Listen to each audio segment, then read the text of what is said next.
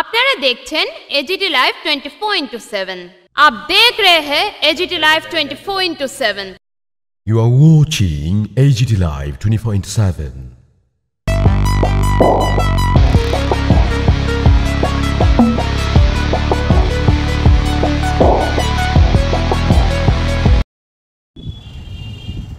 বিহারের ফলাফলের প্রায় তাৎক্ষণিক পরে ত্রিপুরাজ্যের মধ্যে ভারতীয় জনতা পার্টির আশ্রিত সমাজবিরোধীদের দ্বারা এই বর্বর আক্রমণ শুরু হয়েছে বিরোধীদের উপরে, বিশেষ করে সিপিআইএমের উপরে। এমনকি তাদের একজন কার্যকর্তা প্রকাশ্যে ক্যামেরার সামনে বলছেন যে সিপিআইএমকে এবং তাদের যদি কোনো কর্মসূচি তারা করে তাদের দৈহিকভাবে আক্রমণ করা হবে, তাদের শিক্ষা দেওয়া হবে। এই ঘটনাগুলি কি প্রমাণ করে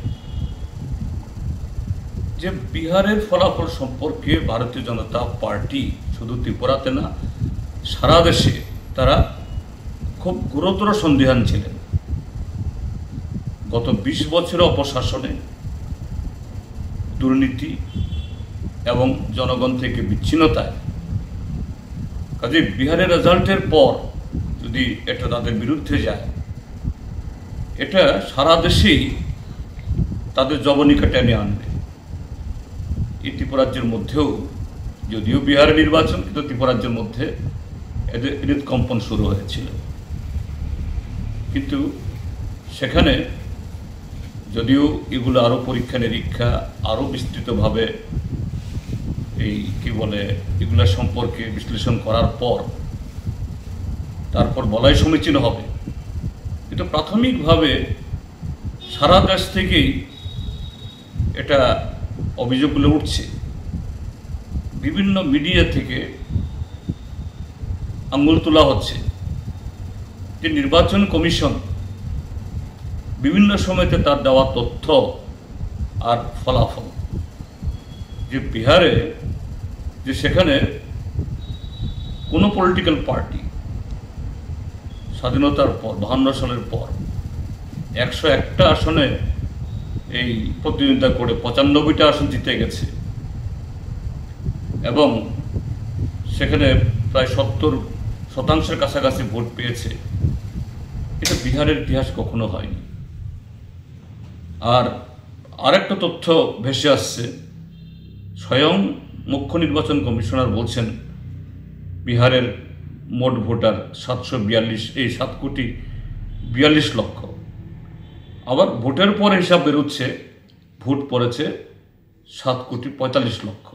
তার মানে 100% বেশি যদি তথ্য সঠিক হয়ে থাকে, কিন্তু নির্বাচন কমিশন বলছেন 67%। তো এই ক্ষেত্রেতেই কী ধরনের গোঁজামি, কী ধরনের যে শাক দিয়ে মাছ ঢাকার অপচেষ্টা, এখানেই শেষ না। যে নির্বাচন কমিশনের সেখানে পক্ষপাতিত্ব, ঠিক নির্বাচনের 2 দিন আগে, প্রথম পর্বে নির্বাচন হওয়ার পরও যে সরকারি কোষাগার থেকে হাজার হাজার কোটি টাকা অনলাইনে সেখানে ভোটারদের প্রভাবিত করার জন্য টাকা দেওয়া হয়েছে, এই অভিযোগ উঠে আসছে। নতুবা এই ফলাফল হতো না, অস্বাভাবিক ফলাফল। কাজেই এইভাবে একটা ম্যানিপুলেশন করে এই ফল হওয়ার পর ত্রিপুরাজ্যের বিজেপির যারা এই দিন গুনছিল, হাফ ছেড়ে তারা বেঁচেছে। কাজেই এই যে অস্বাভাবিক প্রতিক্রিয়া, ঠিক আছে বিহারে তারা জিতেছে, বাজি পটকা ফাটাতেই পারে, বিজয় মিছিল করতেই পারে, কেউ আপত্তি করবে না।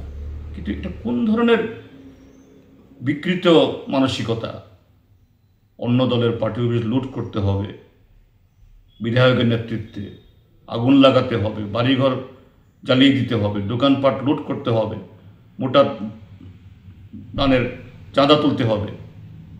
এই হলো ভারতীয় জনতা পার্টি। গণতন্ত্রের প্রতি তাদের কোনোদিন শ্রদ্ধা ছিল না, এখনও নেই, থাকবে না। শুধু তাদের বিরুদ্ধে নিন্দা বাক্য নয়, আগামী দিন সমস্ত গণতান্ত্রিক শক্তি ঐক্যবদ্ধভাবে এদের মোকাবেলা করাই হবে মূল কাজ, গণতন্ত্র রক্ষার জন্য এবং দেশ থেকে এই গণতন্ত্র বিরোধী, সংবিধান বিরোধী এই শক্তিকে হটানোর জন্য। আজকে হয়তোবা এইভাবে দু একটা এই প্রতিষ্ঠানকে ভাড়া করে সাহায্য নিয়ে টিকে যাচ্ছে, কিন্তু অনন্তকাল এভাবে যাবে না।